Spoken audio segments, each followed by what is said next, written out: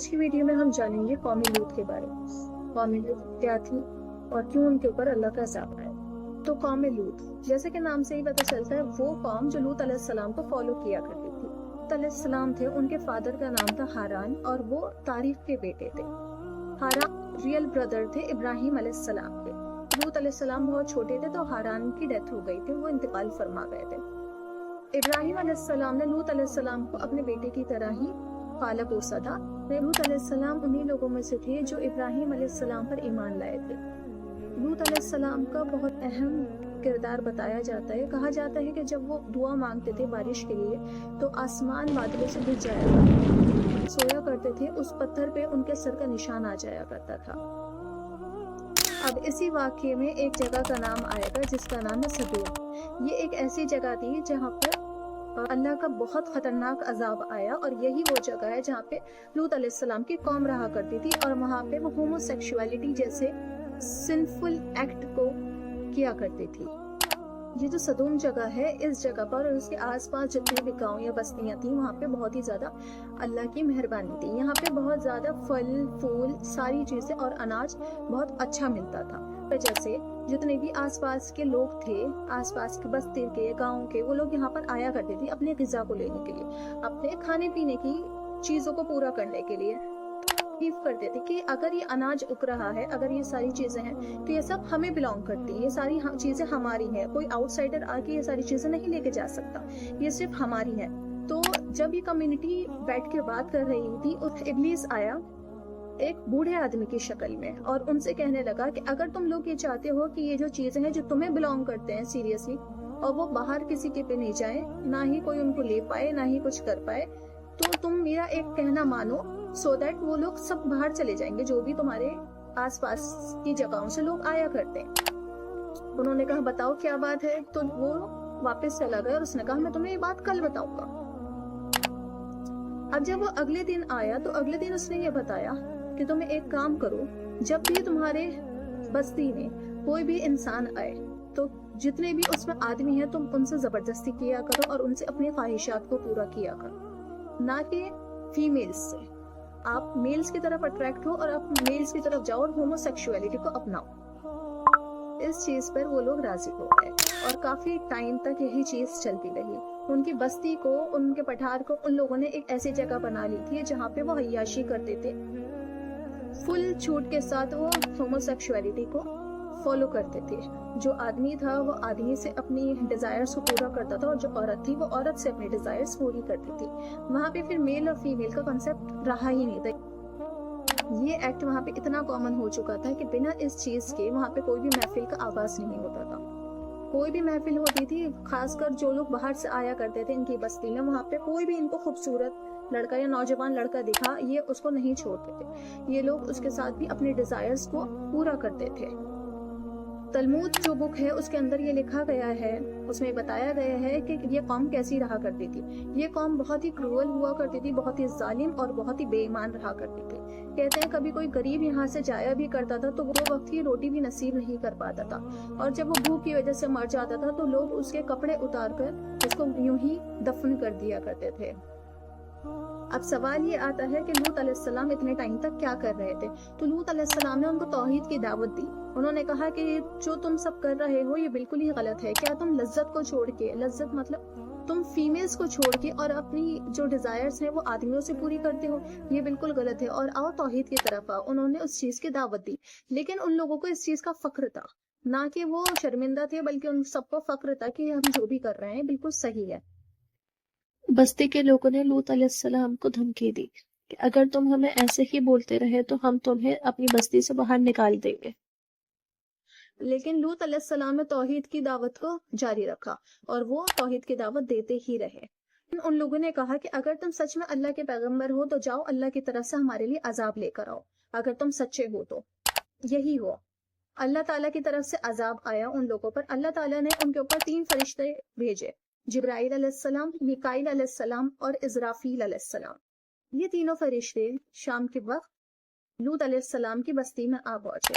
جب لوط علیہ السلام کی بستی میں آتے ہوئے ان تینوں کو نوجوان اور بہت خوبصورت ان تینوں کو دیکھا تو ان کی بیٹیاں بھاگتی ہوئی اپنے والد کے پاس گئیں۔ انہوں نے کہا کہ والد ہماری بستی میں 3 نوجوان آ رہے ہیں اور آپ ان تینوں کو بچا لیجئے ورنہ آپ کو پتا ہے یہاں کے لوگ کیسے ہیں۔ لوط علیہ السلام جیسے ہی وہاں پر پہنچے تو ان تینوں کو دیکھ کر لوط علیہ السلام نے کہا کہ کیا آپ ہمارے مہمان بننا چاہیں گے، کیونکہ ان کو پتا تھا کہ یہ بستی کیسی ہے۔ علیہ السلام کو تب تک پتا نہیں تھا کہ یہ تینوں اللہ کے بھیجے ہوئے فرشتے ہیں، میکائیل، جبرائیل اور اسرافیل علیہ السلام۔ وہ تینوں ان کے گھر چلے گئے۔ بستی سے آتے ہوئے ان کے گھر تک کسی نے ان کو نہیں دیکھا تھا۔ لوط علیہ السلام کی جو وائف تھی وہی یہاں پہ مین کیریکٹر کا رول نبھاتی ہے۔ لوط علیہ السلام کی جو وائف جن کا نام نائلہ تھا وہ ایک منافقین عورت تھی۔ انہوں نے اپنے شوہر کو دھوکہ دیا۔ وہ بستی کے لوگوں کے ساتھ ملی ہوئی تھی، نہ کہ اپنے شوہر کی طرح توحید پر عمل کرتی تھی۔ لوط علیہ السلام بہت خوش تھے کہ بستی میں آتے ہوئے ان تینوں کو کسی نے نہیں دیکھا، لیکن نائلہ فوراً گئی اور جا کے لوط علیہ السلام کی یہ بات کہ ہمارے گھر میں 3 نوجوان آئے ہوئے ہیں اور وہ بہت ہی خوبصورت ہیں، یہ بات انہوں نے بستی والوں کو بتا دی۔ جب بستی والوں کو یہ بات پتا چلی لوط علیہ السلام کی جھوپڑی کی طرف بھاگے اور ہر ایک فرد اس چیز کا حصہ بننا چاہتا تھا۔ یہ چیز جب انہوں نے دیکھی لوط علیہ السلام نے کہ پوری کمیونٹی بلکہ پوری جو سٹ کی جمع ہو گئی ہے اندر گھسنے کے لیے، کوئی دروازہ توڑتا ہے، کوئی ان کی چھت پہ چڑھتا ہے، کسی طرح وہ اندر آنے کے لیے بیزار تھے۔ لوط علیہ السلام ہر طریقے کی کوشش کر رہے تھے کہ وہ سب اندر نہ داخل ہو پائیں اور میں ان تینوں کی حفاظت کر سکوں۔ یہ سب دیکھتے ہوئے ان فرشتوں کو احساس ہو گیا کہ اللہ تعالیٰ نے ان کے اوپر جو بھی عذاب بھیجے ہیں بالکل ٹھیک ہیں، کیونکہ یہ اس قوم کا کچھ نہیں ہونے والا۔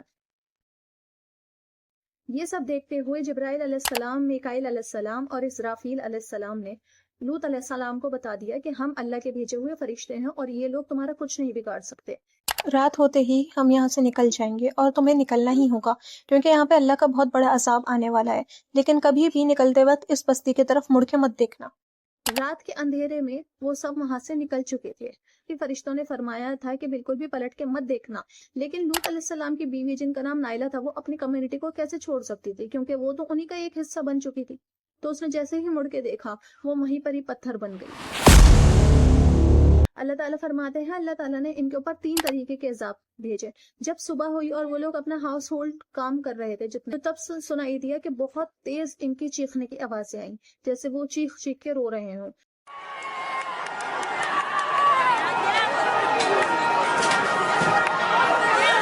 دوسری چیز، جبرائیل علیہ السلام نے اپنے 600 پنکھ، جتنے ان کے پنکھ کہا جاتا ہے، 600 پنکھ انہوں نے اپنے کھولے اور زمین کو اپنے کندھوں پہ اٹھایا اور اوپر آسمان کی طرف چلے گئے۔ جب وہ آسمان کی طرف گئے انہوں نے پوری جو کمیونٹی تھی اس کو پلٹ دیا اور پلٹ کے واپس زمین پہ پھینک دیا۔ تیسرا عذاب اللہ تعالیٰ فرماتے ہیں کہ اللہ تعالیٰ نے ان کے اوپر پتھر پھینکے، جن پتھروں پہ ان کے نام لکھے ہوئے تھے۔ ہر پتھر جس کے اوپر جس کا نام تھا وہ وہیں جا کے لگا جہاں پہ اس کو گرنا تھا۔ یہ سب چیزیں اتنی جلدی ہوئیں کہ یہ دوپہر تک، جس کو اشراق کی نماز کہتے ہیں، اشراق کی نماز تک یہ سب ختم ہو چکا تھا۔ ان کی پوری کمیونٹی تباہ ہو چکی تھی۔ سوال یہ آتا ہے کہ اب وہ جگہ ہے کیسی؟ اب وہ جگہ بالکل ہی بدبودار اور سیاہ جھیل، جس کو کالی جھیل کہا جاتا ہے، ایسی ہے، اور آج تک اس جھیل میں سے یا اس جگہ میں سے کوئی بھی ہیومن یوز نہیں نکلا ہے۔ نہ ہی ہم اس کو یوز کر سکتے ہیں، نہ ہی ہم اس سے کوئی اپنا کام لے سکتے ہیں، جس کو آج کے ٹائم پہ ہم ڈیڈ سی کے نام سے جانتے ہیں۔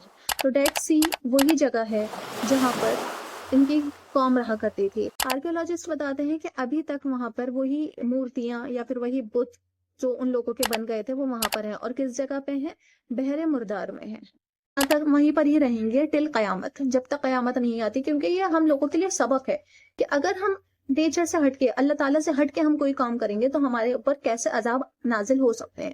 دیکھیں یہاں پہ نائلہ کے بارے میں بتایا گیا ہے جو لوط علیہ السلام کی وائف تھی، ایسے ہی نوح علیہ السلام کی بھی وائف تھی، جس کے بارے میں اگلی ویڈیو میں آپ کو بتاؤں گی۔